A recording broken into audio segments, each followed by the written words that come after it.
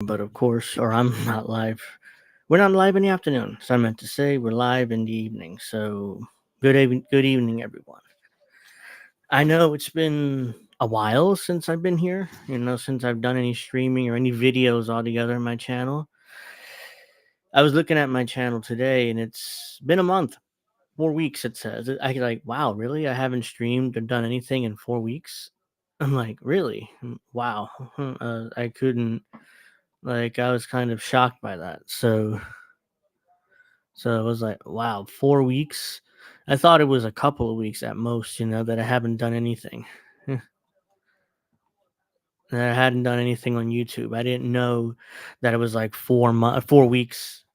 And there's plenty of reasons why. I mean, you know, holidays, this weekend especially. The only reason why I'm doing the show today because I do have a guest. And as you guys see in the link in the description box below, his name is Joe McGaha. He'll be on in a few minutes. He told me so. He'll be on in a few minutes, and we'll be discussing different topics like Russia and Ukraine. And no, I'm not at a hotel in my apartment. It's just that that's why Yeah, I'm at my apartment. I forgot to talk. I forgot to talk. It's just that I made the bed and I didn't want my bed to be all messed up, which is why it looks like that. It looks better like that.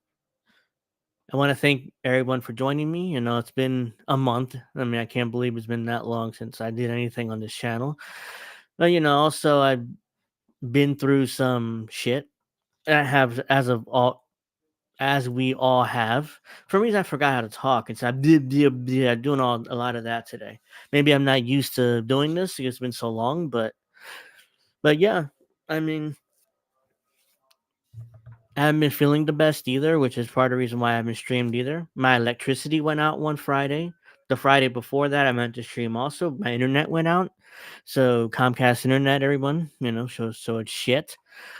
So yeah, my guest today is going to be my first guest ever on this show, Joe McGaha. He's one of the co-hosts of a Spanish podcast called why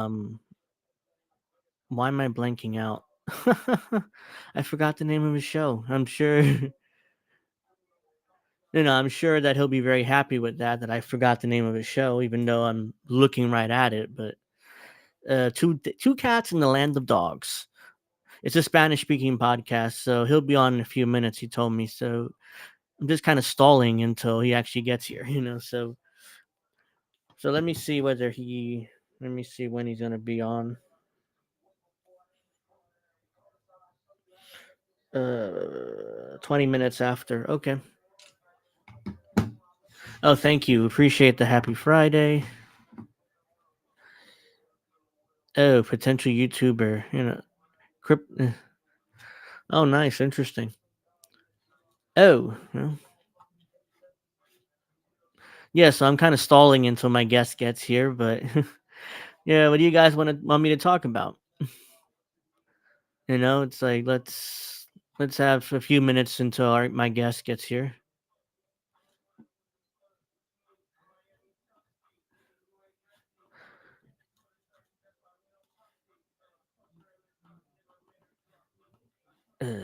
Yeah. Happy Thanksgiving to everybody. I know that was yesterday, but I barely used the internet yesterday, so I couldn't really wish anybody a happy Thanksgiving. But yeah, happy Thanksgiving, everyone. Yesterday was Thanksgiving, and I had my rice and turkey, arroz con gandules mashed potatoes and potato salad. I can't talk. It's like I mean to say one thing, and I say something completely different. And I had stuffing. I had some wine. I had all that other good stuff. So I hope everybody had a happy Thanksgiving at least. You didn't have to have a big feast, but hanging out with family. That's all that matters on a day like yesterday. I didn't have a fancy feast either. I just had roasted turkey, rice, gandules, or peas, or let's see, stuffing. It wasn't really a big deal, but yeah, I'm still stalling until my guest gets here. So let's see. I should actually try to talk about something that matters instead of my Thanksgiving, but you know, let's click there.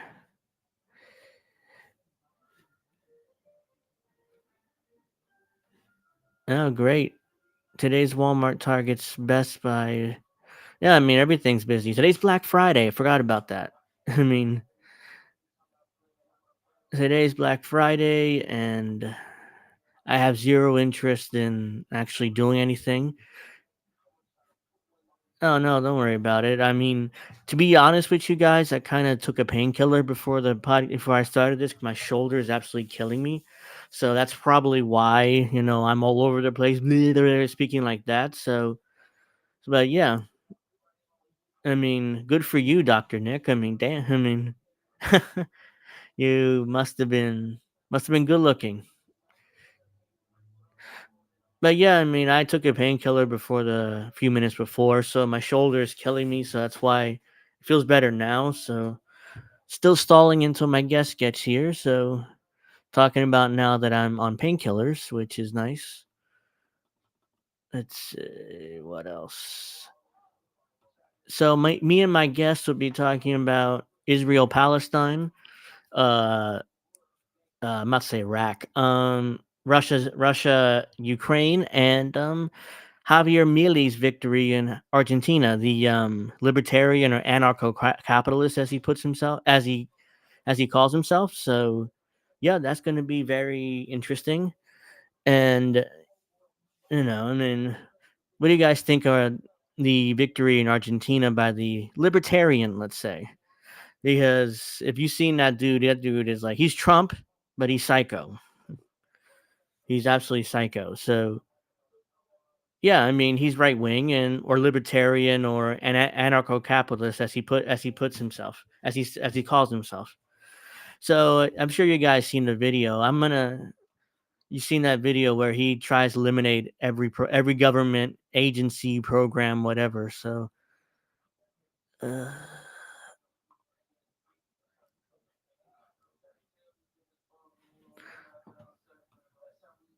here we go. Let me play this real quick. But still kind of stalling here. So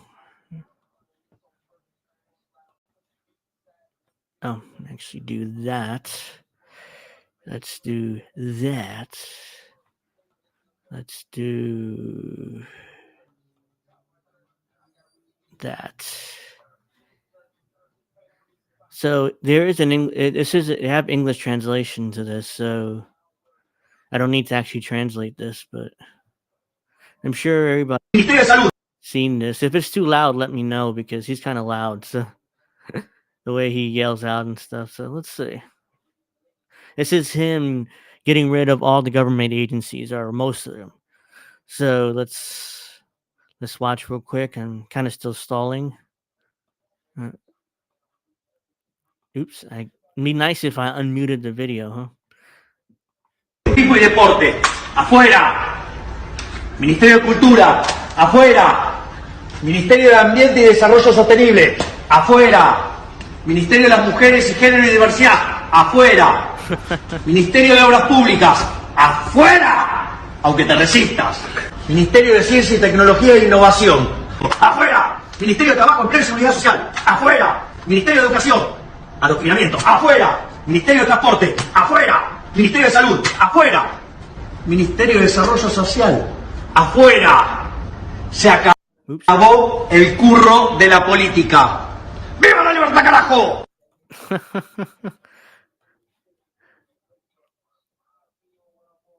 Javier, yes, he does. Let's see. Javier wants to nationalize U.S. dollar, get Argentina off of BRICS. He's pro Bitcoiner, so Argentina maybe copies El Salvador soon enough. Probably more bad than good.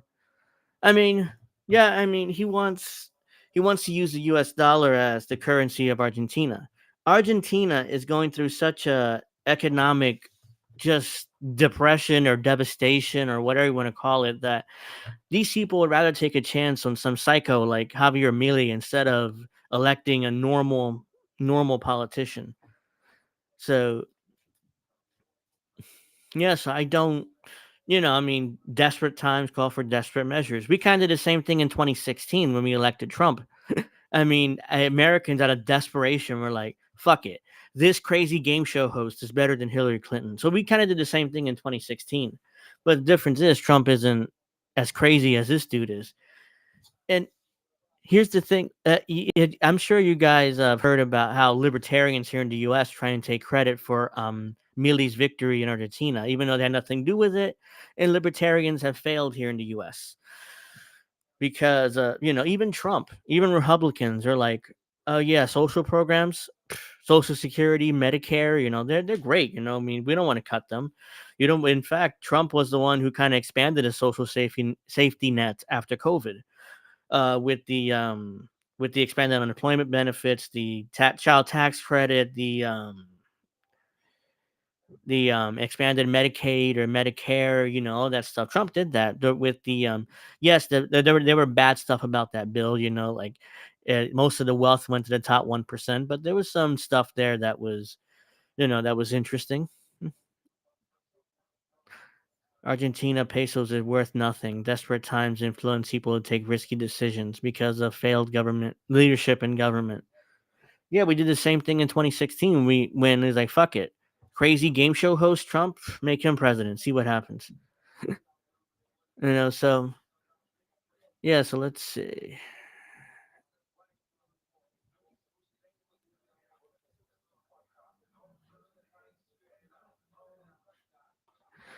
Like, let's make crazy game show host the president. Now my elbow is bothering me. That's weird. So hopefully my guest will be here in 5 minutes and actually do what the point of the stream is today. He's running a little bit late. So I understand, shit happens. I was supposed to talk to him 2 weeks ago, but because my internet went out and I had other shit going on, I couldn't get him on the show. So now we've had, actually, was it two? It was 2 weeks ago. I don't remember exact date. It might have been 2 weeks ago. But yeah, I mean,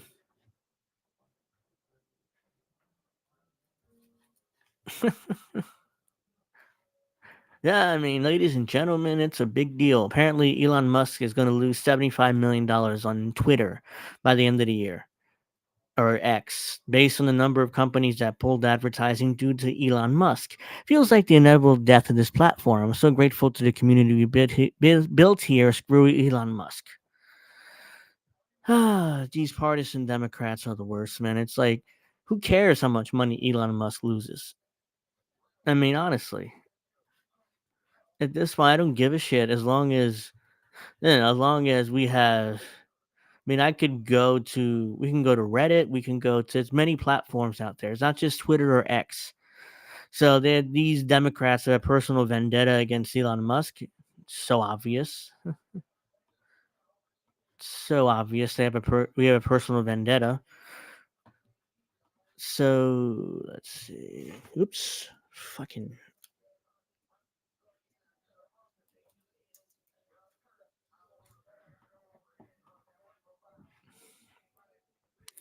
Twitter will no longer free. Yeah, I mean, Elon Musk has floated the idea of charging new accounts $1 a month just to use Twitter. So he's floated that idea. I don't know how. I had my account since 2009. Yes, I've been on Twitter X a long time, so yeah, it's kind of weird that I'm excuse me. Kind of weird, but you know.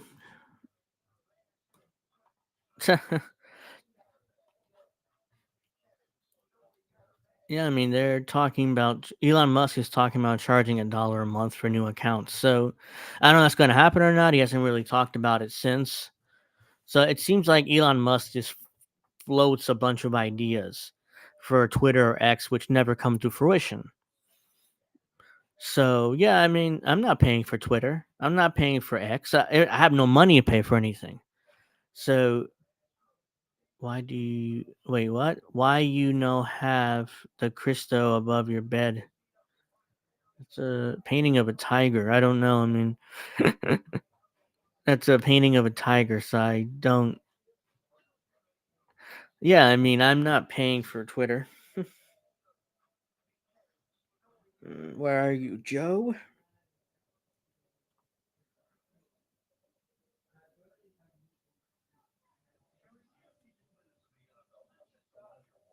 Yeah.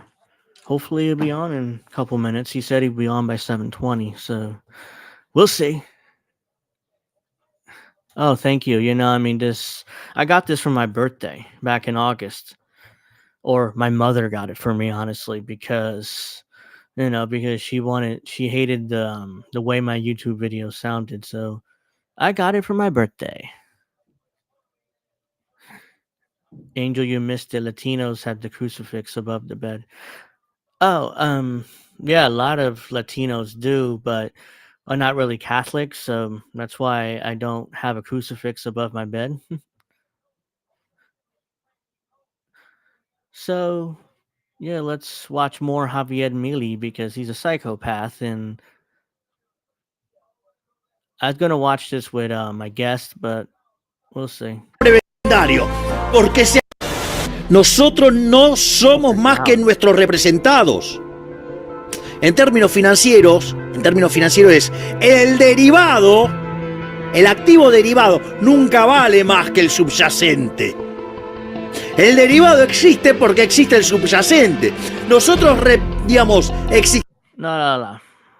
And there's music here, so it's probably a violation of terms of service or copyright, which I don't want to do that. Oh yeah, I mean he's very Trumpian. I mean that's why I compared him to Trump, and I mean he's a straight up psycho. I mean it's like look at his face, like he really believes this stuff. Like he really believes what he's saying. He's not like he's pretending like a normal politician would. Like oh yeah, I'm pro. Hold on a second. Yeah, I'm pro this, and trust me, I want to cut social programs, and I want to do. Please, like, let me cut your social programs, okay? If I'm elected, which I never actually do because most Americans are against it, and and all that other stuff. But yeah, please, I'll cut social programs. Trust me, vote for me. This is the whole Obama thing, when he's a trained politician. Instead of doing this, they do a lot of this. So yeah, so trained politician Obama, but this guy's definitely no trained politician. And by the way, just tweeting. Look who the Libertarian Party of the U.S. is tweeting this. America's third largest political party. We support peace, civil liberties, and free markets. I like the idea of peace. I like the idea of civil liberties, but free markets. I mean, we already have free markets, and it's not really working. So, yeah. So it's absolutely absurd to think that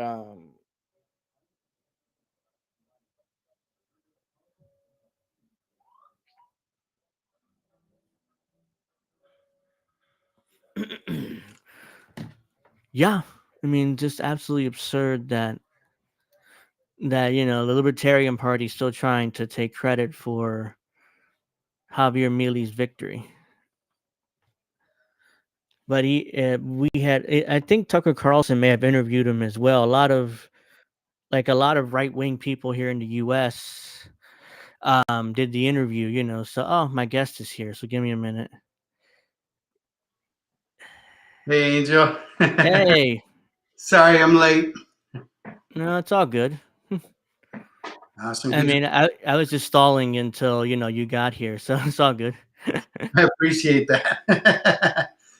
¿Cómo está Well, todo? lady, oh, good, good. Todo bien, todo bien. Good, good, good. Cool, Yeah, cool. yeah. Well, this is Joe McGaha. This is my guest tonight, and he's a host of Two Cats in the Land of Dogs. You can say in Spanish if you want. And I was on his show a month ago, and we had a very interesting conversation about a lot of good stuff. And I expect to have the same today, or at least try to. So you can talk about yourself a little bit, Joe, and why you did the show and what your show about, and we'll go from there. Awesome. Well, yeah, the show in Spanish is called Dos Gatos en Tierra de Perros. It's me and Fernando Gerard, who's a 3D artist. Both of us were born in Madrid, which is why we call ourselves Gatos, because people born in Madrid are called Gatos, Oh, cats. okay. So, Okay. so we say two cats in the land of dogs because even though we're both American, I'm American. My parents are American, but I was born in Spain. His father was American. Sometimes we feel more Spanish than American when we're here. because we'll walk around down the street or do anything, or even posting stuff on social networks, and you Mhm. feel like they attack you just because you're a cat. It's like the dogs see you and they attack you, Right. and so we decided to do a show about politics because we were talking about American politics almost every night. We'd have Mhm. hour-long conversations, and I didn't know, but his wife, who's from Russia, was listening. Oh, In. She said, you need to do a podcast. So, and I had been into the podcast a lot, but I knew there wasn't really one about American politics in Spanish. There's a lot about Spanish politics in Spanish, yeah. so it's kind of a niche thing. The last 3 episodes we've covered Mexican politics a lot, the elections and what's coming up, which was interesting. I got some positive and negative feedback. Some people felt that I was kind of giving López Obrador a fluff piece. So I got Uh-huh. somebody from the opposition last week who actually gave me a different opinion about it. There are a lot Okay. of people who are unhappy. And I really am not super familiar with Mexican politics, so that was a learning experience Yeah. for me. So, but yeah, we're on YouTube. We're on iVoox, which is a Spanish platform, but you can also find us on Google Podcasts and pretty much all the ones because they'll stream through iVoox. So, yeah. Okay. Yeah, I mean, all your links are in the description box below anyway, so it'll all be there. So, yeah, I mean, I've been kind of stalling. We've been talking about Javier Milei's victory in Argentina. I'm sure you heard about that. Yeah. And everybody is kind of shocked by that. Is like, really, this guy won? He's Trumpian, but he's like more psychotic. I mean, especially if you see in his interviews, he's like this, and like Well, he yeah, really believes what he's saying. theatrical. Yeah, he's theatrical, but he's not crazy, nor is he stupid. He's not stupid. He's well educated, and he's doing this for theatrics. Just like Trump does. It's Yeah, get attention, and honestly, Argentina needs a change. Argentina has been there over 100% inflation for years, and the Kirchner, Cristina, they weren't helping the country. There's a lot of corruption down there. no, Just like there is everywhere, just like there is here. yeah, So I think no matter what, a change is good. Like Cheryl Crow would say. yeah, You never definitely. know. I mean, even I don't think he can make things much worse. I don't think he's going to be Hitler and lining people up or any of that or taking away No, people's freedoms. I think he's just dramatic, and there will probably be a lot of screaming and yelling, just like there was with Trump, and yeah. that'll be it. But Yeah, I completely agree. I mean, he looks crazy. I don't think he is. I mean, maybe crazy like a fox, but yeah, I mean, but he's not stupid. I mean, this guy is definitely, he has his opinion, he believes it. Like I was saying before you came on, he's like we here in 2016 took a chance with Trump. Most Americans are like, I hate him. No way Hillary Clinton can be president. So let me elect Donald Trump. Let's take a chance with a game show host, a crazy game show host, see what happens. Can't get any worse, right? mhm. So that's the attitude a lot of Argentinians had. Like, yeah, let's put in Milei and see what happens. It Yeah, can't get worse.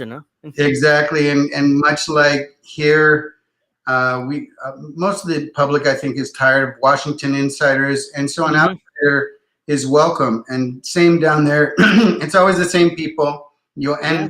And they don't give straight answers. He gives straight answers. You might not like his answers, No. but he's Yeah. going to give a straight answer. He's not going to. If you ask him a question, he's not going to tell a story about a guy that he met on the street and blah blah blah and go around in circles and then All never. that bullshit. Yeah. Yeah, I don't know how you'd say, like polities or whatever.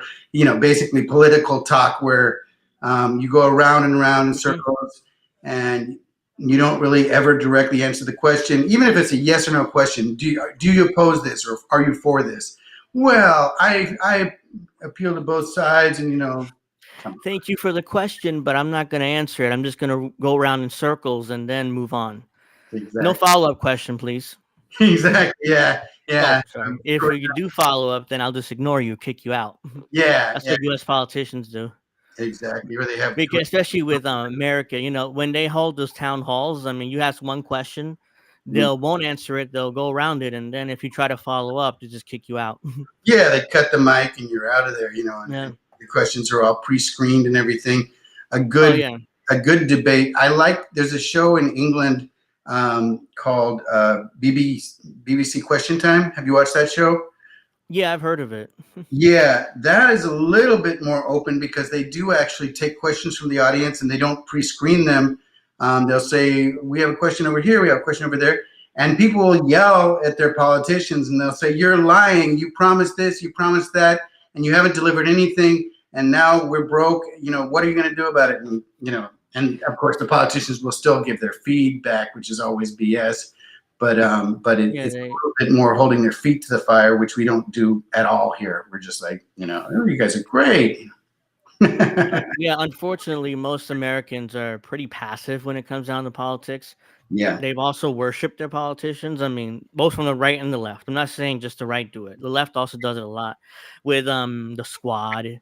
Like AOC can do no wrong with these people. I mean, even though she's done plenty of wrong, but to these liberals, they love her. She's like a second coming of Christ. I mean, it's ridiculous. I mean, it's like when she voted for all this horrible stuff, the Russia Ukraine funding. She voted for Israel's Iron Dome. She voted for, and then she turns around and cries about it. Remember that whole incident, Nancy Pelosi, when she yelled at her and she cried to her friends like in Congress, and then she changed her vote to president or something. But yeah, I Yeah. mean, it's ridiculous. Go Yeah, ahead. yeah, it's hilarious. Basically, she was supposed to be the great new hope and the progressive. The whole squad is basically the fraud squad because they're not Yeah, making 100%. any Hmm. real change. They're great at theatrical stuff, showing up at the border and crying, or doing Okay. different things or Yeah. shutting people down. Or now, like, I mean, all of this video is coming out about January 6th, and it turns out that it wasn't all crazy people busting in and tearing things up. There were actually people getting guided tours and walking through, and that even included the shaman who ended up being convicted, but then they ended up letting him go, and they're going to let go, I think, a lot more people now that this is coming out. Yeah. The January 6th congressional committee, they all lied. And they know they lied because they seen the tapes. They seen the tapes. They got depositions from everybody, all the Trump administration or former Trump administration, and they know it was nonsense. They went with it anyway to try to stop Trump. It didn't work. I mean, he's still leading in the polls. He's going to probably be president again, but I mean, it was just they lied. Every single one of those politicians on that, they knew that January 6th wasn't what they said it was, or the media, even the media, and they nothing because it's all about Trump. Let's stop Trump, and then let's worry about everything else. They act like Trump is the next Hitler or his Hitler. I mean, it's absurd. This guy is literally just a standard Republican, except or he expanded social programs during the pandemic, at least, which is something that nobody wants to talk about on the Democratic side. Because as soon as Biden became president, what happened? He cut all those programs. Every single last of those programs. Oh, he lied about the stimulus checks. Instead of giving us 2,000, he gave us 1,400. Yeah, So he and stiffed me at I never even $600. last So one. yeah, Yeah, I never even got the last one, and they were saying it was going out to everybody. But yeah, I mean, basically, also another thing, Trump was the first president since Jimmy Carter not to start a new war. He oh did have yeah, wars, but he had the plan to pull out of Afghanistan, and of course, Biden wanted to do it early to get some points, and it was a disaster. People, yeah, it was brutal, and a lot of people who were our allies, who risked their necks for us, basically lost everything, and they were showing people getting shot in the streets, and we left Americans behind. We left people that had helped us, hmm um, and billions in weapons. hmm They still we ended up on the black market. I'm sure they're all over Africa, all over Latin America. I mean, even weapons that were sent to Ukraine have been found with the narcos in Mexico. So, yes. you know, The Ukrainians are like, oh, we don't need these weapons. Let's just sell it to the narcos in Mexico. Like, hey, yeah, let's make money. And yeah, also, some of their weapons ended up with Hamas in Palestine. yes, If you yeah, heard, if you know about that. So yeah, I mean, the Biden administration is absolutely disastrous. I mean, it's like Oh yeah, it's like their withdrawal from Afghanistan. It reminded me of Richard Nixon's withdrawal from Afghanistan. I mean, Yeah, hanging off the Vietnam. planes. Vietnam, yeah, Yeah, exactly. I'm very yeah, similar. yeah, So I was like, damn, that's Richard Nixon's Vietnam, and he barely been president a year at that point. yeah. So not good. Yeah. No, yeah, and then it's I just don't think that Biden's going to make it to the election, though. I think it sounds like they're pushing in Newsom. It's not going to be Kamala. No, Nobody zero liked chance. her even beforehand. Newsom is kind of trying to wedge himself in there, but he's also not popular with progressives or the far No, right or the far left. And we see through his BS. We see how every city in California is a mess. If you see San Francisco, heroin addicts all over, and fentanyl addicts all over the street. Uh, yeah, People are moving out in droves, and that's what's going to become of America if he becomes president. I think I don't know. He's such a liar, yeah, basically, but he'll and say whatever it takes to get. yeah, and I think I said this on your podcast like a month ago. They're gonna set up Newsom. They're gonna try to stick him in there if Biden is unable to go. Excuse me, he's unable to go. I said this on your podcast, then if I remember correctly, I said something to the effect of, "Oh, well, but if by the convention Biden's not doing well, they just force him out and put in Newsom and not any votes because they know Gavin Newsom probably is not going to win the nomination because he's not. He's pretty unpopular in California. He was recalled in California, just your state, you know. Yeah, Ultimately, he won, but he's recalled. That's not good for a politician, that's supposedly popular, and could become president. Oh yeah, his home state recalled him. That's how bad he was. And if the Republicans didn't nominate Larry Elder, maybe they could have been a Republican governor in California. So, yeah, but they wouldn't even let Elder into the debates, which was kind of oh ridiculous. yeah, You yeah, know, but Elder, I don't know. I like Elder a lot more. It's funny because I started out as one of those dyed-in-the-wool Democrats. It yeah. So did wasn't I. Bernie that I kind of was like, wait a minute. Mm-hmm. And the reason I got into Bernie was because I lost everything in the economic decline of 2008. I had a marketing job. I had a home. It's like a country song. I lost my wife. I lost my home. I lost my job. I lost my cat, my my mother-in-law. Yeah, It all just yeah. slowly chipped away. I lost everything too, so I understand.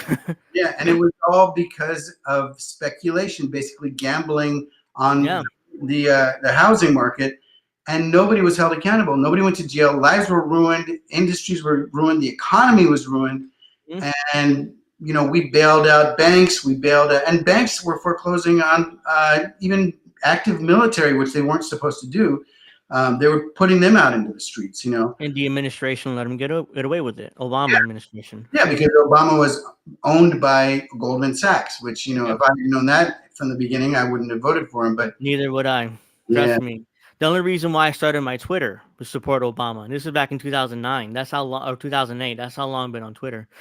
yeah, But yeah, Obama, they should have bailed out homeowners. It's like, oh yeah, all that money, give it to the homeowners and shut down the banks or, get rid of Wall Street speculation. Did none of that. Oh yeah, Dodd-Frank did some things, some good things, but eventually that was all repealed, when nobody was looking.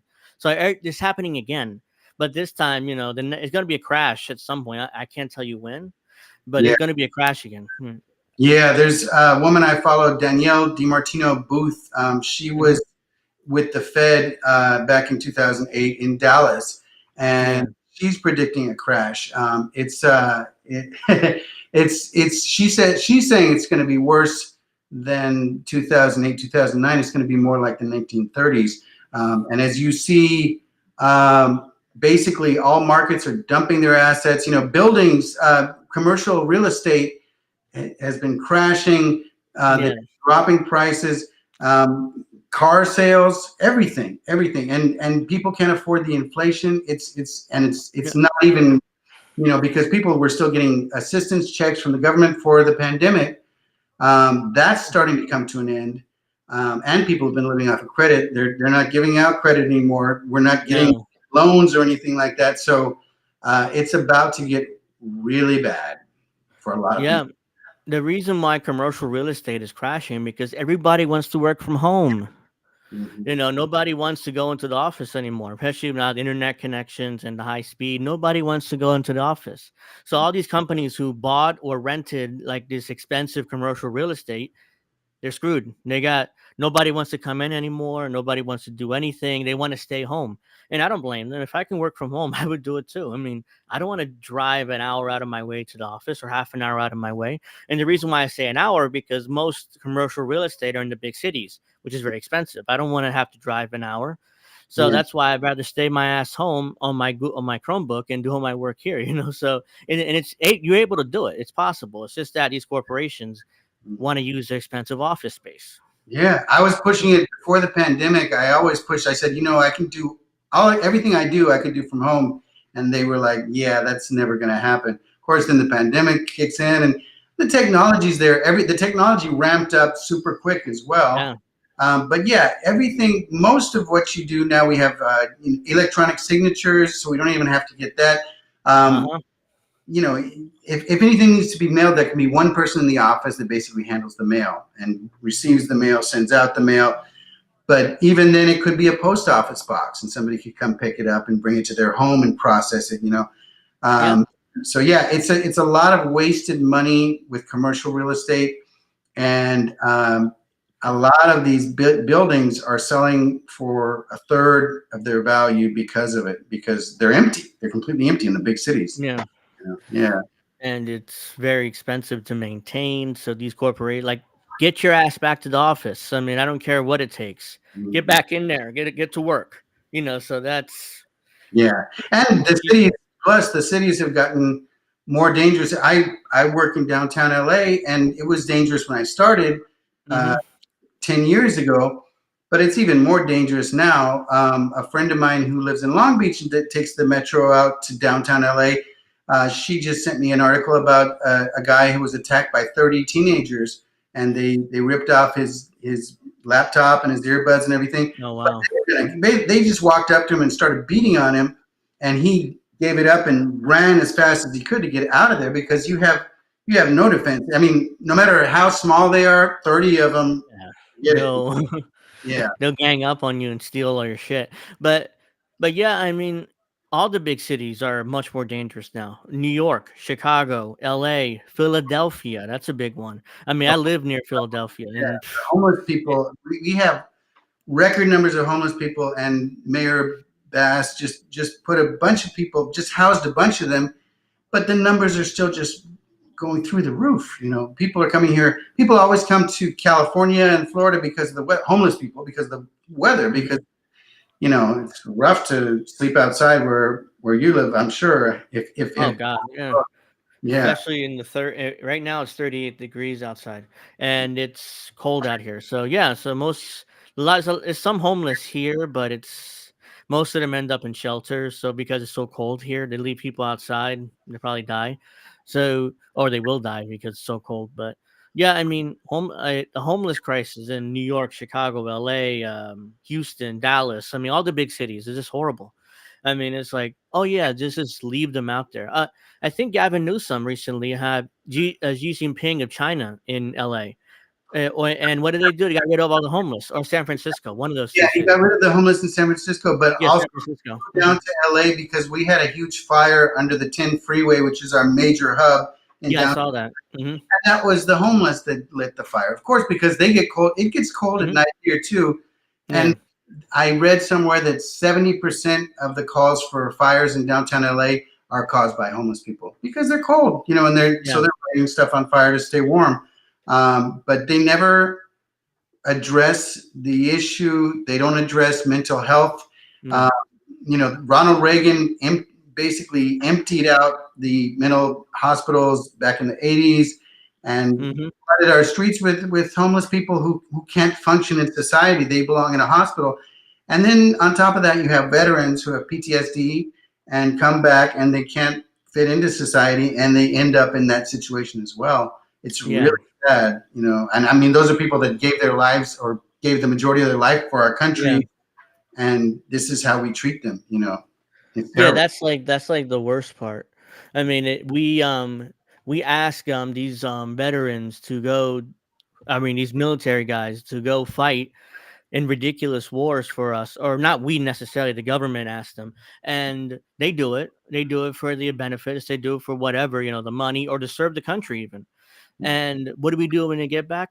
Nothing. The VA is severely underfunded, so the VA can do very little for these people, and even it takes a while to get the either it takes a while to get the needs that they, or the services that they need, or they don't do it at all because they're so underfunded.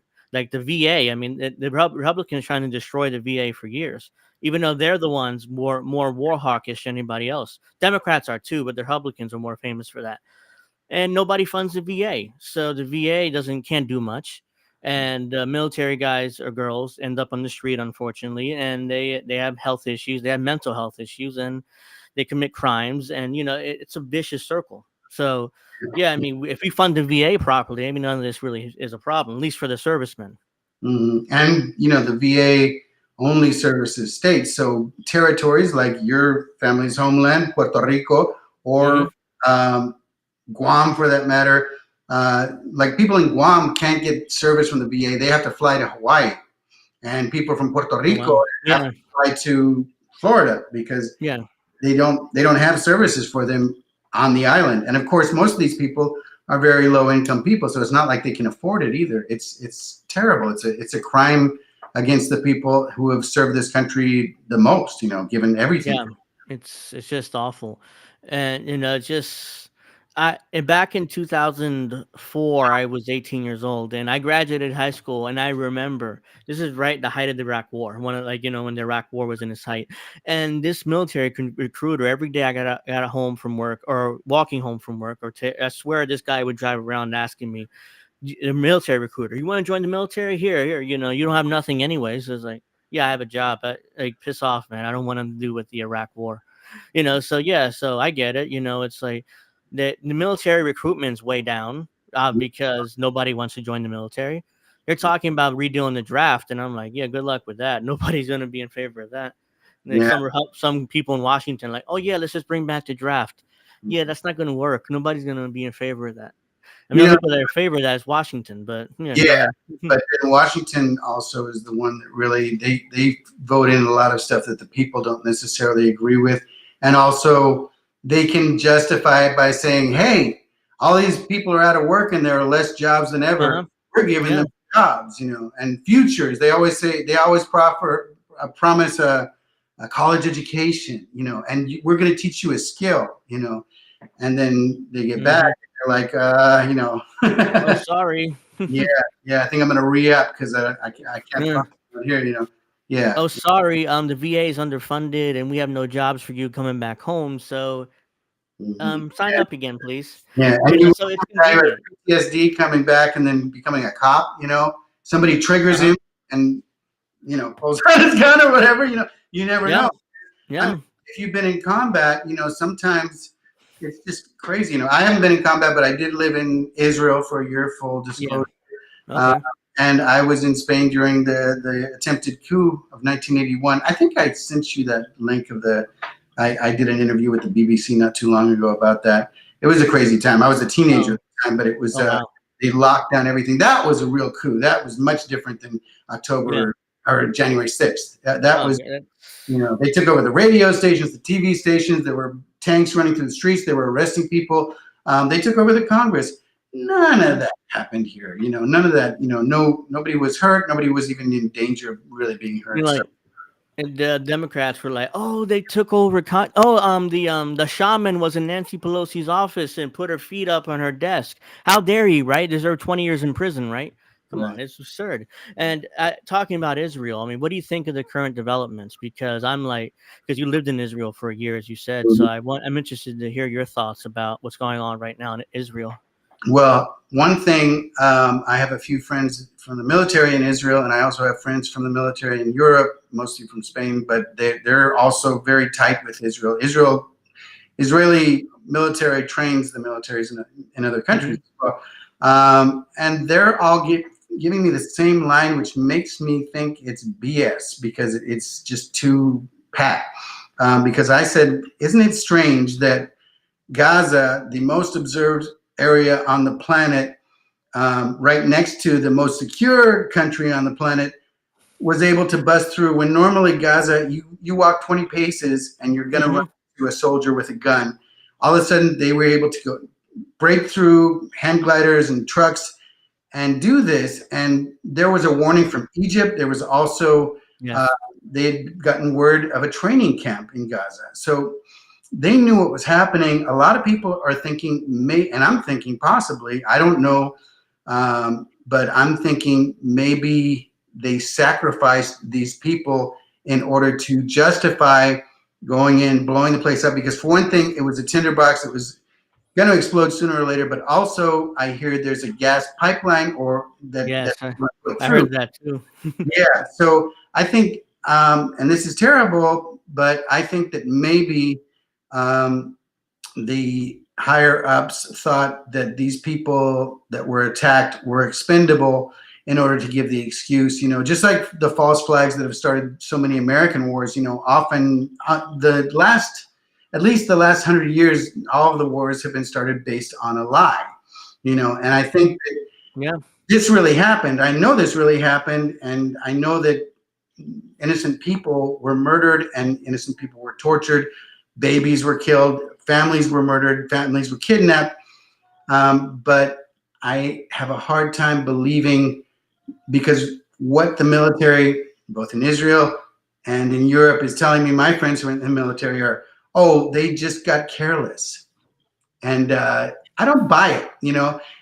It's like, the Godfather said, and he said, women and children can afford to be careless. Men cannot. Yeah. Love that movie, Yeah. Godfather. Actually, the first two. The third one was like, but the first two are really good. Yeah, absolutely. Agreed. Yeah. So yeah, bringing up, you brought up the possible false flag in Israel. I'm like, the same thing we did in 9/11. Our government did, at least. It's like the Bush administration got two warnings, one in like May and the other one in August. Like that August 6th one we know about. Bin Laden determined to strike in the U.S. What did the Bush administration do? Nothing. It was like, let's see what happens. And a month later, he struck with airplanes and, crashing him into planes. So, yeah, or buildings, I mean. So, yeah, I mean, the CIA knew what was going to happen, and the Bush administration, like, maybe. We'll see. Hopefully they will attack us so we can justify all our wars and stuff in the Middle East. Hopefully you don't hear that alarm that I have going off. I'm going to turn it off real quick. Okay, yeah, I did hear that. I thought it was my phone. I'll just have my phone closed in case it goes off again. I have periodic alarms that go off throughout the day, just to remind me of little things I have to do. But sorry about that. Yeah, it's I think that and everybody is siding with one side or another side. I stand with Israel or I stand with Palestine. I stand with the people. I don't trust any government, because governments are corrupt and all governments have the blood of innocent people on their hands. So you can say, yes, there have been, neither one is innocent. Neither side is innocent. Neither side is 100% innocent. Neither side is 100% guilty. It's terrible what the Israelis have done to the Palestinians. It's terrible what the Palestinians have done, because as well. I mean, what happened on January? I'm not October. I keep January 6th. It's you don't justify crime against humanity with another crime against humanity. They're all wrong, and you can never say, well, it's not the schoolyard. He started it. It doesn't matter. And I don't believe in the sins of the father carrying down to the sins of the son, because, my grandfather was kind of wild and did some things that I wouldn't do. I wouldn't want to take the blame for that. And all of our ancestors, I'm sure we've all had murderers in our family at one time or another. Oh, yeah. I think that rather than focus on the past, because Israel's not going away. They're never leaving. Palestinians aren't going away. They're never leaving either, if they have anything. So we need to find a solution and that doesn't please either side because they do want to get rid of each other. They hold grudges. They Yep. remember. Everybody in Israel knows somebody who's been murdered by a Palestinian. Everybody in Gaza or in the West Bank in Palestine knows somebody who's been murdered by an Israeli. And it's a sad thing. Godfather 3 should never have been made. It's an abomination. Yes, read Dr. Nick Riviera. Yeah, I saw I had to feature that because it's like, yeah, it was awful. But yeah, I mean, that war, I mean, I know some people talk about it, Israel shouldn't be a state and should wiped off the map. I'm like, no. Yeah, I mean, you can make that argument, but that's I'm not I don't like, yeah, they're not going away. I mean, even if the UN says, "Oh yeah, now Palestine is a state and not Israel." They're not going away. They're not going away. And on top of that, this fight, whatever, been going on long before any of us were born. I mean, when the Arabs took over Jerusalem, like hundreds of years ago, they've been there, and now the UN decided to make Israel into a state, and then all the Jews started moving back and trying to take territory. I mean, this war is not going to end anytime soon, unfortunately, and a lot more people are going to die because this war is about religion and God and whose God has the bigger cock. And, so yeah, it's like, let's compare penis sizes of our gods. Oh, my God's better. No, my God's better. And like, this war is not going to end. I'm sorry. I mean, people who say this war is going to end one day, it's like, oh yeah, I mean, let's get a peace deal in there. How? I mean, both sides hate each other. I mean, they're not going to agree to anything.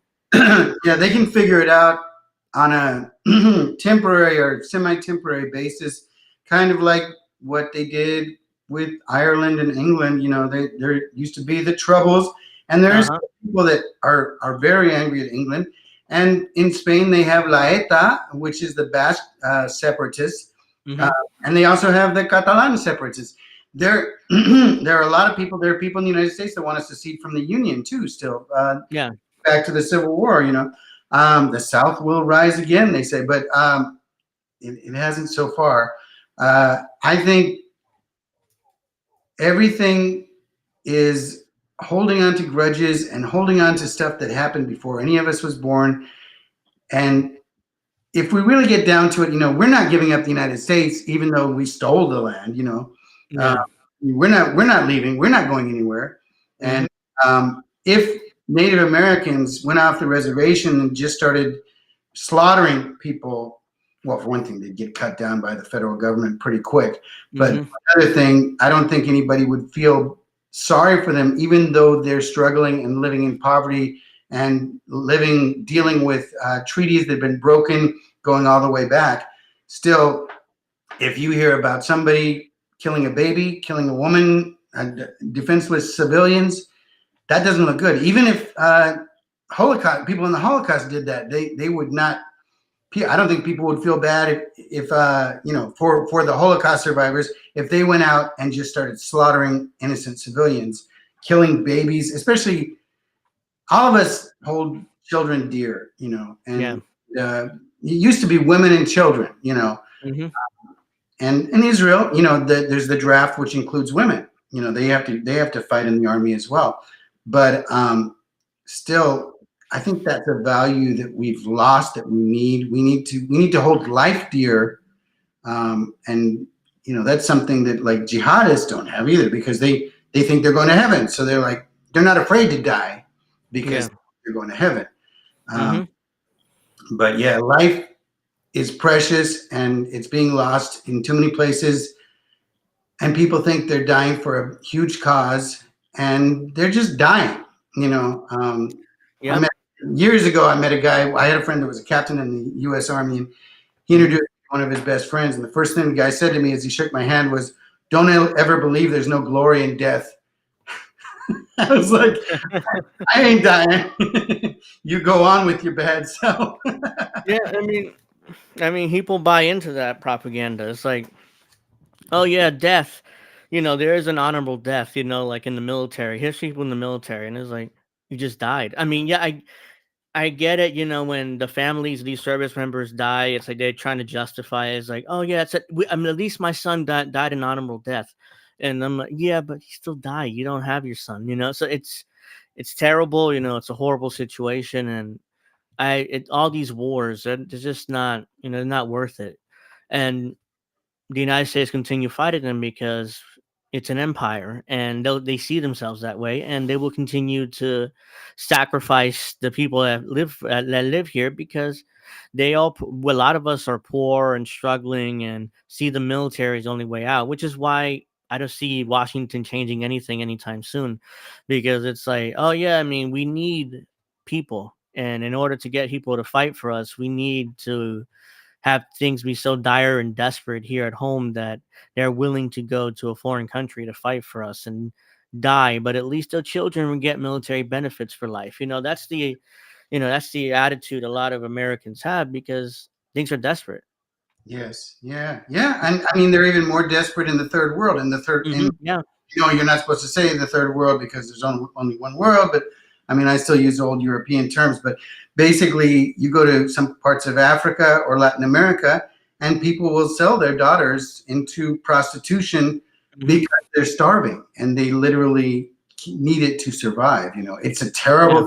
terrible choice, but they'll literally give up their daughters to traffickers.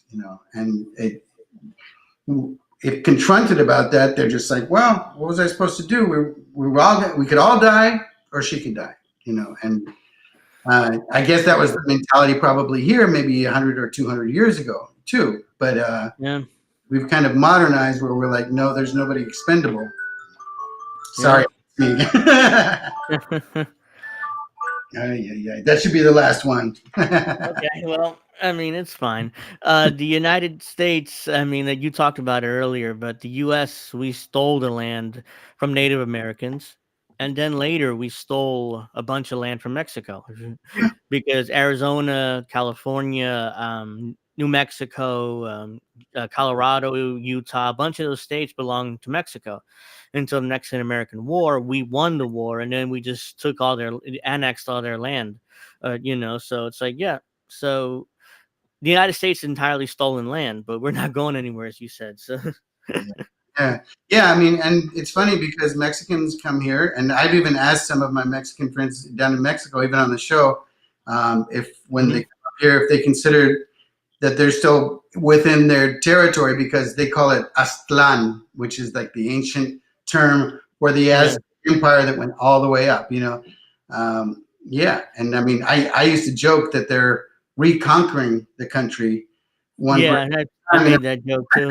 Yeah, yeah, they're taking back their old territory. yeah, it used to be. I mean, I'm a lot older than you. I was in New York in the 80s, and you didn't see Mexicans. You saw Puerto Ricans, Dominicans, Cubans. Now there's lots of Mexicans, and I've seen Mexicans even up in Minnesota. And I'm like, ¿cómo llegaste aquí? How did you get up here? This is closer to the Canadian border than it is to the Mexican border. But they're like, they're everywhere, and Yeah, they have more children than anybody else. And then I'm fine with it. I love the food. I love the culture. So it it's would be great. just as long as the economy doesn't go the way Mexico has gone. I think ultimately there's a lot of benefits, and we can't survive without Mexico, and Mexico can't survive without us. We're Yeah. cousins, so you know. Hmm.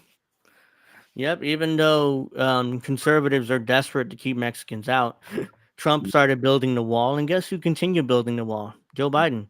Even Yeah, though the Democrats started talking about how racist the wall was automatically because you were building it, all of a sudden Joe Biden's building it because we have migrant crisis. Everybody's trying to get in the country. So what the administration's doing is admitting, at least this is perception, admitting that Trump was right and that we needed a border wall. So it's just, terrible politics. It's terrible policy. Nothing is good about that wall. But Biden continued building it because he thinks his help with his reelection bid next year.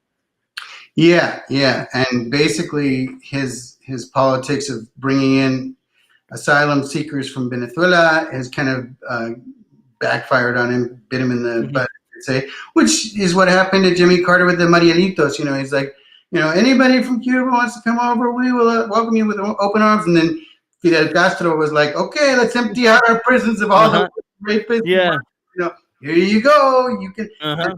it's funny because I mean I remember when I was 18 and 19, I was in Israel, and I was telling my girlfriend at the time because she was like, Fidel Castro is terrible, and I said, Mhm. well, he's thinking about his own country. Basically for his country, that's a good move to get rid of all Yeah. the criminals, just send them all elsewhere, and I mean, they wreaked havoc. I mean, if you know all the murders and things that happened with the Marielitos, they were very violent. Yeah. Yeah. Yeah. Nick Rivera. Yeah, it's a boss move.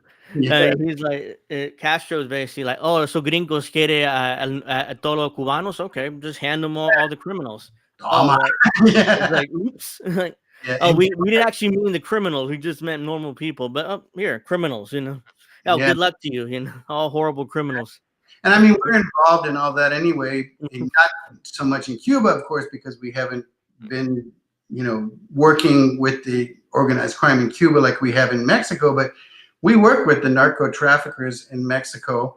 The CIA has had a constant hand over there. In fact, we was one of our agents that was the one that gave the order and was there when Kiki Camarena was murdered, according to a documentary that's on Amazon, which I believe because they talked to people that were there. And, basically everybody thought that they killed Kiki Camarena because of burning down Rancho Buffalo, which is the biggest marijuana farm in the area that the narcos owned, but also because he froze the narcos bank accounts. But really, it was a CIA agent when the recordings came out, and it was a Cuban who did, So yeah, it's all, we have our fingers everywhere. We're like everybody's pervert uncle, I guess you say. Yeah, it's the U.S. is in the U.S. has to be in everybody's business. I mean, we're the world's police, according to people. So it's like some people. So yeah, unfortunately, there's no money for us. All the money goes to Israel and Ukraine and Well, there's the money defense for contractors. our politicians. I mean, basically, Yeah. there's no money for the people. But when we went into Iraq, most wars we only get involved in if there's minerals, if there's oil, if there's something we extract from it. There was tons of money to be made in the Iraq War, and they made it. Cheney and Bush made millions, or probably billions at this point. We don't, and we say we're bringing freedom. And well, if you look at what's going on in Iraq now, and we didn't bring freedom to any of those places. We left them in rubble and ash, but we took all their stuff. And I mean, that's another reason that people like Trump, because he's like, hey, well, the oil's there, and we took the oil. He's honest. I mean, he's an honest crook, I guess you'd say. Yeah, which is why Washington hates Trump. Is like he's too honest. Is like, oh, we went into Iraq for the oil and for the poppy seeds. I mean, our military is guarding the poppy seeds in Iraq. So it's like, Afghanistan. yeah. So it's like, oh, Afghanistan. Yeah, you're right. Yeah, I mean, it's like, why are we guarding poppy fields? Because it's about the natural resources and stuff. I think you know this, I assume, but talking about Iraq, Dick Cheney was the CEO of Halliburton. He got like $30 million bonus when he left. I'm like, right before he became vice president, I'm like, why did they give him $30 million? Because they knew he was going to start all these wars and they would make so much more money. So they gave him 30 million bucks up front just to say, hey, go start these wars for us as vice president, because Bush is a moron. He'll let you whatever you want. So you're actually president, not Bush. So it's like, yeah. So we all know why, he got that bonus and he did his job. Halliburton made billions. Oh yeah. If you look at what mercenaries that worked for Halliburton, or was it BlackRock? I always get confused. BlackRock and Blackstone. BlackRock, the mercenaries that went out there made like 120K a year, while our average soldier was making about 25K a year. How the hell is that okay? And then they hired truck drivers that were also making over $100,000 a year, but it was a very dangerous route, and a lot of them died. A lot of them saw crazy stuff, but it's like, when you can make that much money, you're going to take that risk, but it's tempting. Yeah. Especially with all the money and so like, I mean, $100,000 is a lot of money. I mean, it's like, so you take that risk, but yeah, a lot of them died, unfortunately, because they took that risk. But yeah, I mean, and on top of that, a lot of these politicians in Washington are invested in these defense contractors because they're allowed to invest their money and like Nancy Pelosi does this all the time with her husband is like, oh, Microsoft is getting a multi-billion-dollar contract from the military. Okay, buy a bunch of Microsoft stock now, so we can get that extra money later. But yeah, I mean that's insider trading. We Yeah. do it, we get in trouble. The politicians do it, they get Yeah. away with it. It's fine. Yeah, they love to use their spouses. Like John Kerry was like, I never had a private plane. Well, your wife did. Well, yeah, that's my wife. That's the Yeah, whole yeah, time. so semantics. It's like you still had the private plane. Yeah, it's your wife, but you still used it. It wasn't like, and you still owned it. Yeah, Because usually in a marriage it's 50-50. So if she owns something, you own it too. So like community property. Yeah, and then you look at, I mean, the case of Hunter Biden's laptop, and not even the laptop, which that's the Democrats were trying to always spin that was about sex and that we were all fascinated with his sex life. No, we were fascinated with the fact that he was making tons of money off of access to his father, and it's like yeah. that's the corruption. That's what's concerning. Why was he making millions of dollars in a job that he wasn't even qualified for? Because he gave him access to the big guy, and 10% for the big guy. Yeah, energy executive for a Ukraine oil company. I'm like, this dude barely has an education, and somehow he gets a 6-figure job per year doing that when he has no experience in the industry. Yeah. And on top of that, the whole 15% for the big guy. Like, who's the big guy? So it's obvious it's Joe Biden. It's he's selling access to then the vice president, now the president. So.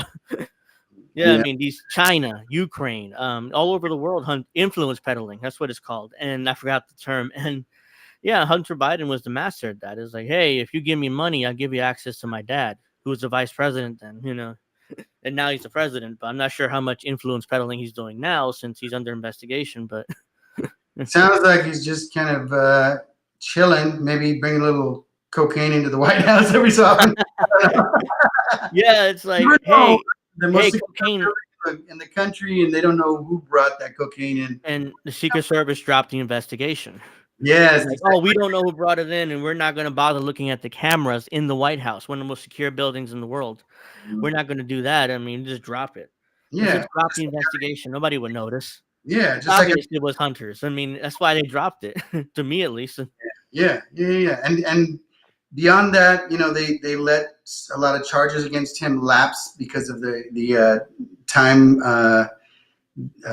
statute of limitations. Statute of limitations. Thank you. Now I'm having trouble. Yeah. In Spanish too. I'll be talking to my buddies, and they'll say, "¿Cuál es la palabra que buscan?" I'm like, "Tú eres el español, tú." What am I looking for? I'm like, "You're the Spaniard. You tell me what word you're looking for." Yeah. But yeah, it's the statute of limitations ran out, and Weiss did that because he was I don't know if you'd call it a lame duck. He was not a true prosecutor. He was just there to keep it going, keep it looking like it's an investigation while nothing's really happening. And then they had that deal that seemed to be a sweetheart's deal. I mean, sweetheart deals. At this point, have the Democrats not learned their lesson after Jeffrey Epstein's sweetheart deal back in the day? It's like we kind of see through it now. Sweetheart, if everybody doesn't get the same deal, then it's not for all. It was such a sweetheart deal. Even the judge was like, this is ridiculous. I mean, he's facing felony charges, and you're just going to get rid of it all, just 1 or 2 misdemeanors. He pleads guilty to 1 or 2. Even the judge was like, hey, I can't sign off on this. What are you guys doing? It's like, I mean, all right, let's go back to the drawing board. Let's negotiate again. And, so we're sorry, we're not, don't say we're trying to give him a sweetheart. It's obvious. Even the judge was like, usually judges just sign off on any deal because it was negotiated. But even this federal judge was like, come on, are you kidding me? I can't sign off on this. It could bounce back on her later. Yeah. If she approves it. And, it was an odd deal. And, basically once she clarified and she said, are you willing to give up the part of the deal where it says that we can't charge you with any other pending? They give her immunity for everything in that deal. Yeah. And then he's like, well, if I can get charged for the other stuff, no, I'm dropping the deal. We'll go to trial. Yeah. Yeah. It's crazy. What's funny is the only politician not to get sweetheart deals is Trump. Yes, and I mean, ultimately, it's because he's not an insider either, because I'm sure there are plenty of Republicans that would help other Republicans, but the Republicans don't like him any more than the Democrats do. They didn't want him from the beginning. They just didn't rig the primaries like the Democrats did against Bernie. Yeah. They let the people decide, and the Hmm. people chose him, but they don't like him. No, and they're going to choose him again, the voters. And Yeah. here's the Republican politicians are scared of their base, which is why they don't want to rig the primaries against Trump, because if they could do it, but if they do, then they'll lose their base. They all go vote for Libertarian, or they vote for whatever, or they won't vote at all, or they vote for Trump because Trump will definitely run as independent and screw over the Republicans just to see them lose. So yeah, they're scared of Trump. They're scared of their base. That's why they won't do it. Meanwhile, Democrats are like, our base will always vote for us. We Mhm. can wars in Ukraine, and we can support genocide in Israel, Palestine. Doesn't matter. They'll still vote for us because they're scared of us and they're scared of Trump. So they'll vote for us no matter how much they want to grandstand right now and say, I'm not voting for Joe Biden. He supports genocide and for the Palestinians. By the time next year rolls around, they'll turn right around and say, you got to vote for Joe Biden because Trump is so evil. So they know that. That's why they're not worried right now, even though a lot of their base is going away from them. Biden's phone numbers are a disaster. I mean, he's losing young people to Trump. Yeah, yeah. And talking about the military, losing members of the military, they let go a lot of military members for not taking the jab, Yeah. and now Now they're they're like, bringing him back or yeah, trying to. most of them are like, that's okay. I'm, Uh-huh. I don't need, you guys need us more than we need you, because they found something else and they Yeah. realize because when you're a soldier, you're U.S. property. It's just like Yeah. prisons have property of whatever prison. Soldiers have to do whatever they're told. Theirs is not to question why. Theirs is but to do and die, and they do. Yeah. And they die in training all the time, and it's just part of it. Yeah. Yeah, so it's just ridiculous. And Trump is not getting any sweetheart deals because they want to get rid of him. Everybody, Republicans, Democrats, everybody in Washington wants him gone. So they'll do whatever it takes in order to get rid of him. I don't think they'll convict him on anything. I mean, even if they do, by the time the sentencing happens, it'll be after the election. So either he'll be president and it's moot, or he'll lose and they'll go like, man, let's give him probation or house arrest, whatever. Nobody will notice. He's not president anyways. So Yeah, the goal. I mean, they don't really care. I think if he goes to jail or not, they just don't want him to be president again. yeah, Yeah, yeah. It's they'll just give him house arrest at Mar-a-Lago, which is like a luxury prison basically. It's like, oh, who right, cares? Yeah, right. I mean, it's just absurd, and it's just a waste of time because Trump is leading in the polls. He's going to continue to lead in the polls, I predict, and he'll probably win again. And Mhm. what'll happen then, who knows? I mean, everybody's melting down about his I mean, not his plan, but conservatives, his supporters have a plan 2025, I think it is, where Mhm. they have all these ideas on where they're going to and ban abortion nationally, and they're going to appoint more conservative justices and judges, and for them to rubber stamp whatever they're going to do. So I don't know whether Trump is actually in favor of this or not. He hasn't mentioned it, but a lot of his supporters, his prominent supporters, have this plan out there for his second term. It's the first 100 days of his second term, which makes no sense because first 100 days is after the first term, but first Yeah. 100 days of his second term. So they have all these grand vision for the country, which is conservative, and take away abortion. They're gonna cut taxes even more than what they are right now. They're gonna do it. All the conservatives' dreams, basically, and all those policies they want to do. They're gonna do them because they think they're putting out something called the unitarian executive theory, which basically means the president's in charge of everything.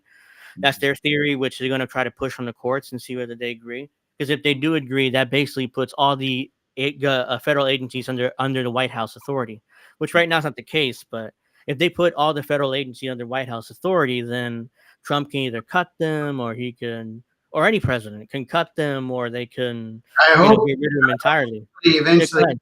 gets the CIA, the FBI, even the Oh IRS. yeah, I mean that'd be nice, but no president want to get rid of the CIA or FBI, especially the CIA, because within the first 90 days, they'll if you even try to get rid of them, especially the CIA. I mean, they already killed Kennedy. I mean, pretty much everybody believes that now. So because Kennedy tried to get rid of him. So it was like, oh no, we have to do something about Kennedy. Let's do. I mean, oh, Dallas, Texas.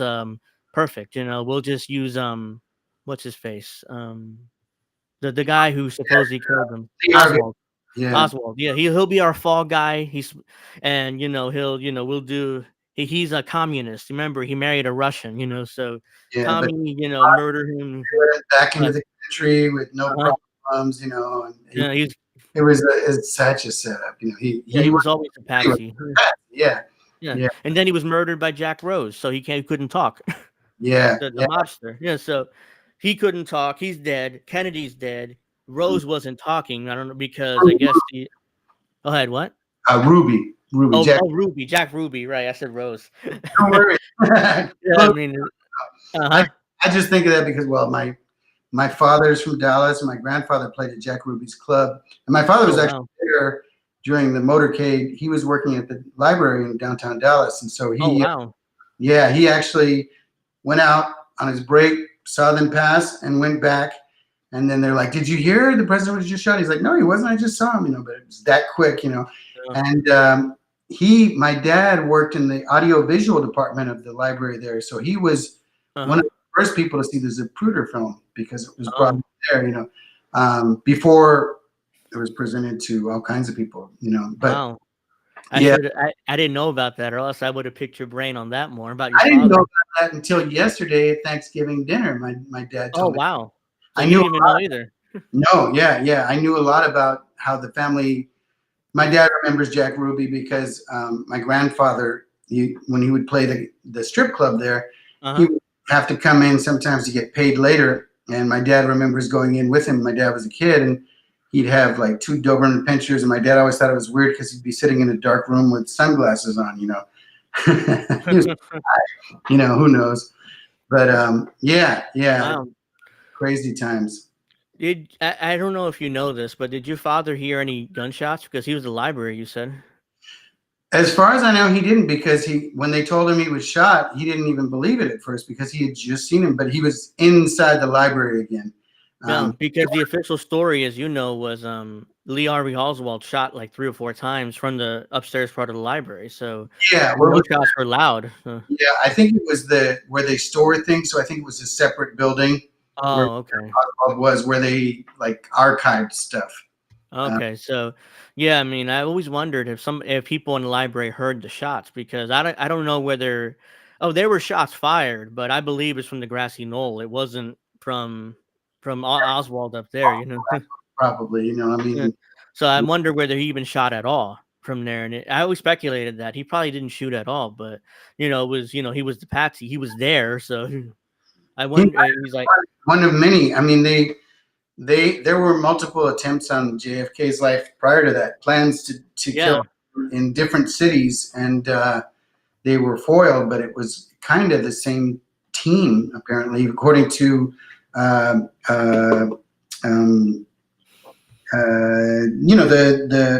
director who did JFK. He recently did Oliver Stone. Yeah, Oliver Stone. Yeah, he had a documentary recently where he talked about that, about how there were other plans because they didn't know necessarily where Kennedy was going to go, so they had multiple plans to kill him. It wasn't just Dallas. Yeah, I mean, it's like the Kennedy assassination's always fascinated me, which is why when you said, "Oh, my father was there that day," I'm like, "Holy crap! I should have picked your brain about that more." But yeah, I mean, maybe another occasion. But yeah, I mean, right now, it's just no president will ever get rid of the CIA or even try because they will be killed. I mean, this is why every president post JFK is like, "Oh, the CIA is awesome," because they have some suspicion. They have to. I mean, the CIA is awesome. Every president's given a speech at the CIA, and they're building in Langley. It's like, "Oh, the CIA is so great. The CIA this and that, and we need to continue funding the CIA. Trust us. We'll give you money. Just don't kill me." That's the whole thing, because everybody knows they killed Kennedy pretty much. So it's like. Yeah, and I'm hoping at least in the first 100 days of whoever becomes president that Assange finally gets pardoned or whatever. Yeah, I mean, Trump won't do it. even though he said he would, but he's not. And he actually tried to go to Assange with a deal. It's like, oh, you give us your source and we'll let you go. And Yeah, of course, Assange was like, no, I'm good. Just keep me here. And then Trump never tried to. He didn't have to do that. He just could pardon him, but he wasn't going to do that because he wanted to show Washington, see, I got a we know who the source is now, so we can arrest him or kill him or her. Instead, it's like, no, he didn't want to just do a pardon because then he'll be attacked by both Republicans and Democrats because the Obama administration was the one who basically put Assange in jail. yeah, They forced the UK or what to arrest him on those trumped up charges. Excuse the pun, but yeah. And but they did let Chelsea Manning go. So what's up with that? uh, And Chelsea Manning was a lot more directly chargeable because he mhm, was the one, or she she was the one. She, sorry guys, don't kill me. yeah, don't Joe has to be canceled now. He referred to as he. I dead named. Well, I didn't dead name her, but I did. What do you call it? Dead gendered Dead her. naming. Yeah, it's called dead naming because you're using their old name, so dead naming. Yeah, I only found out about that recently because I did the same thing by mistake. So it's like, oh, you're dead naming her. I'm like, dead naming. It's like, oh, it's her former name, Bradley Manning. I used to. So now it's Chelsea, but yeah, yeah, it's now Chelsea Manning is kind of anti-Trump, and so that's why they like her now, the Democrats and Republicans, and not the Democrats in particular. They bring her on all their shows like. I think what's it The Intercept had her on their show, and she was talking about how she wouldn't have given the information she gave to Julian Assange. She would have given it to Ryan Grimm or something. It's like there's no way he would have reported on that. done anything with it. Yeah, he would have He been would have like, buried it. It's like exactly. He's a total establishment tool, but he likes to pretend that he's more, left leaning, and that he's pushing. yeah, Yeah, he's every the time he's the the he's the government. bureau director for The Intercept in DC. I mean, he's an insider. He's like, "Oh, here, Ryan. Here's this important, historic story here on it," and he would have been like, "Oh shit, let me bury this because I don't want to piss off my friends in Washington." He wouldn't have done anything with it. Assange did. We Yeah, we know about it because of Assange, not because of because if he handed it off to Ryan Grimm, then we never would have known about it. yeah, yeah, yeah. And if you So I look at don't. the government, our government has treated all whistleblowers from Thomas Drake to John Kiriakou to, Mhm, you know, their MO is anybody who comes out and releases information about the wrongdoing of our government, they do everything to destroy their reputation and to ruin them, and they'll try to literally kill them or ruin their lives, put them in jail forever. And these are people that care about the country. Thomas Drake, I don't know, there was a great article years ago, I don't know if you read it, in the New Yorker about mhm. Thomas Drake. I'll have to send you that article. Yeah, It's you can send online, it to me. but he was screwed major because he worked for the NSA, and part of his job was to go try and figure out how The to. Yeah, exactly. yeah, it's Uh, the CIA cutout. yeah, all right, that makes sense to me. Yeah. Yeah, he part of his job was to go through every single email that's sent in the world is reviewed by the U.S. government, by the NSA, but Mhm. there are too many, and this was 20 years ago, but there were still too many for their personnel to be able to go through every one. So he was trying to create an algorithm so that only red flagged emails would come up, and Yeah. they shot him down, and he was so frustrated because he felt that people's civil rights were being violated because you're not supposed to be reading people's private emails. Yeah. So he went to, I think, the Washington Post, either the Washington Post or the New York Times, which wouldn't touch it today. They would They have said, wouldn't touch it today, yeah. but yeah, they put out an article, and next thing you know, his house was raided. They confiscated all his computers. They put him in jail, and he got off, but it was after a very ugly trial, and a lot of people, they always try and find dirt on you too. Yeah. They'll interview everybody. Did he harass you in any way? Did he do anything inappropriate? If they can find anything to make you look like a scumbag, they'll use it to ruin your reputation. And Mhm. even if it has nothing to do with the case, a lot of these guys maybe they were perverts. Who knows? But that doesn't mean that they lied about the information that they provide to the public. No, they One thing doesn't have anything to do with the other. no. No, they all these days. What they do is, as soon as you release information, you're charged with espionage. You're helping the enemy. You can't release any secrets about us, even Mm. though there are whistleblower laws that protect whistleblowers. But they say, "Oh no, you're not a whistleblower. You're trying to do espionage against the United States. So now we get to charge you." And they did with Assange. They want to charge him with espionage. It's like, "Oh, he's a foreign agent of a foreign government." Which government? Most likely, they're trying to probably Russia. That's what I they mean, kept saying was yeah, Russia. Yeah, it was with no proof no, whatsoever. nothing. Yeah, and I mean, right now everybody's trying to frame, or there's a Media Matters is trying to frame Elon Musk as an anti-Semite, and the way they're doing Yeah, it is through algorithms claiming that he's promoting Nazi groups, and it's all David Brock, who was the same yeah. guy who was working with uh, Hillary. Hillary, yeah. He Yeah, worked for Hillary for years. yeah, and he's the one that he paid $1 million to get bots to go on Twitter and other sites, and basically, I think that was what created the Bernie Bros Yeah, myth. they You know, did. It's it was Media Matters. it was all anonymous people saying terrible stuff and misogynistic stuff, and everybody was like, "Oh, these Bernie Bros." Most of the people I knew that supported Bernie were minorities and were female. Yeah. So I was like, "What are you talking about?" I I haven't met one Bernie Bro. yeah, I was a big Bernie supporter in 2016 at least. And yeah, I mean, we were all mostly minorities. Another thing they said, they smeared Bernie supporters as mostly white and mostly upper middle class. It's like, oh, the poors and the Latinos and the minorities all support Hillary. But meanwhile, the upper middle class white people, they all support Bernie. Isn't that bad, right? So it was David Brock, Media Matters, all those people who tried to, who did that, and basically smeared Bernie supporters.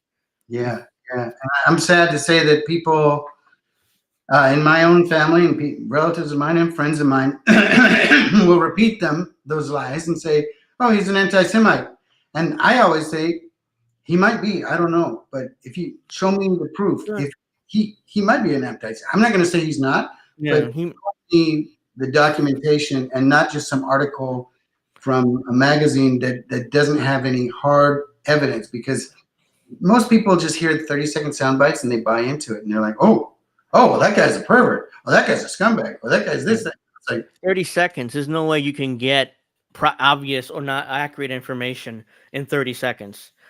Anybody says anything and it ends up 30 seconds on the internet, even to any of us could happen to. It's like, oh, it's taken out of look at him. He's a racist, or he's a sexist, or he's an anti-Semite, and it's like, but it's just, you don't know the context of the conversation. Instead, it's like, if I say, oh, screw the Jews, for example, and that gets out there somehow, then I'm an anti-Semite. put that right now. Yeah, Yeah, it's like they'll fit that out. Roseanne got in trouble recently, Roseanne Barr, because she said sarcastically, "Oh yeah," and she was being sarcastic about how the establishment, they're right about everything, and yes, of course you're right, and of course the Holocaust never happened, and so then That was flipped out. Krasenstein, when she's Jewish, and she had Yeah, found the Holocaust, she's being sarcastic, but they can't catch that. And I think it's the brothers. I think their name is Krasenstein. yeah, Brian and And Chris. yeah, something like that. Well, Yeah, I think it was Brian posted a whole thing about how this is shameful, how, and I don't know how she could ever say this, but, anybody who supports her, you really should think twice about it. And he just takes the tiny little clip, yeah, where it's like, it yeah. doesn't show There's no any, context. yeah. And it happened. People are doing it to Trump all the time. He did an interview with Univision recently, which was taken. They took some clip, take it out of context, and then on the internet, and everybody, the corporate media, online media, everybody attacked him for this. Even though it turns out he was saying the exact opposite. I don't remember the details, but I did watch that interview, and I was like, yeah, I mean, Trump is rational, at least here, at least, I mean, I know that as soon as I say he's rational, oh, everybody melts down, but, Yeah. because everybody believes he's a psycho, he's crazy, but yeah, I mean, there are times where he comes across as rational and he's too honest. Like, oh, we went into Iraq for the oil, that whole thing that pissed everybody off. But Yeah, yeah. Well, with Univision, there was a reporter that just quit because they said that they're becoming pro-Trump. And John Leguizamo just Uh-huh. did a whole thing where he's like, don't watch Univision because they're pro-Trump now. That's insane. I said, Yeah. I tweeted to him. I said, vamos. I said in Spanish, Uh-huh. we know. I said every media outlet is biased because he's like they're biased, and I said every media outlet is biased. The reason that you don't like this one is because they switched teams and they're not on your team anymore. But which is the truth. Basically it's all teams, and Yes. Mm-hmm. he's a minority, but he's also a multimillionaire, or probably a billionaire by now, Yeah. and he's part of the Hollywood establishment. So he's going to say what they want him to say, and he's been that way. He was pro Hillary back in the day. Yeah. So yeah, I mean, I'm talking in Hollywood. I mean, they're firing actresses for being pro-Palestine from the Scream movie. I forget her name right now, but they fired her, the star of the movie, because she said something pro-Palestinian. Like, Yeah. how dare she, right? So you're gone, even though you're the star of the film, and like, come on. Yeah, yeah, and Susan Sarandon's Oh, she got dropped by her agent too, or agency. He's yeah, like, "Oh, you're pro-Palestinian? Pff, yeah, we're dropping you." I was like, "What?" But she's one of the most famous actresses in the world. I mean, why would you drop her? yeah, But yeah, but that's what it's about. It's like, oh, you're pro-Palestinian? Yeah, that's worse than being pro-Nazi. Get the hell out of here. In Hollywood. yeah. It's so crazy, and it's sad because we went through all of this in the '50s with McCarthyism and the blacklists, Uh and huh. we didn't learn anything. And the more time goes by, the more we make the same mistakes. The same mistake going back to the Salem witch trials. You know, we get into this mass hysteria and this hysterical blindness and burn the witch. That person, that if we kill this person, if we get rid of this person, that's going to fix all our problems. They're the cause of all our problems. It's like in the biblical scapegoat, which was an actual goat that everybody in the village would put all their sins onto and then drive it out. And that was Yeah. supposedly to bring, it's like, why don't we just start throwing virgins into volcanoes again if we're going to go that route? Yeah. Well, I'm gonna have to wrap up soon, but I'm gonna ask you one more question. What did you have for Thanksgiving? I had lamb. Oh wow, I no made turkey. no turkey. He did bring chicken, but we didn't even get to the chicken. Other than that, it was all traditional Thanksgiving. It was stuffing and all that, but Uh huh. he lamb and Oh okay. wine. Como un buen español, there was Uh huh. red white wine. Oh You nice. have the best wine in the world. I'm sure people will ratio me over this, but the best wine in the world is Spanish wine from La Rioja. Que Oh viva nice. Okay. Viva España. Yeah, I had the usual turkey and rice and stuffing and macaroni and cheese and potato salad, stuff like that. So that's what I had. So That yeah, sounds yeah, it's yeah. good. It was arroz con gandules, the turkey, and all that good stuff. So yeah, so you can promote your show one more time, and I guess we'll wrap up. Because I'm kind of tired. Go Oh ahead. no worries. And thank you so much for having me on. I appreciate it. Thank you for your patience. I was Oh, no planning problem. earlier. My wife asked me at the last minute. I should have known Black Friday. She's going to need my help. Yeah, yeah. My show is Dos Gatos en Tierra de Perros, which I co-host with Fernando Gerard. And again, we're on YouTube, we're on Rumble, we're on iVox, and you can also find us on a lot of other podcast affiliates.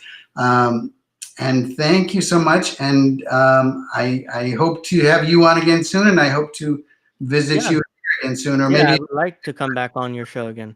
It was fun. Maybe Yeah. I can get Fernando to come on here, but we'll see if he's available or not, or both of you are available. We'll see. We'll Yeah. set it up. Sounds good. Sounds All good. right. Well, thank you for coming on. I hope you enjoyed it, and I hope you guys enjoyed it too in the chat. And I hope everyone has a great weekend. And unfortunately, on Monday, get back to normal life. So everybody go back to work. All right, Yes. no problem, Nick. Dr. Nick Rivera. Thank you for all coming on, and thank you for coming on. And I'll see you guys next Friday, hopefully. Have a nice night.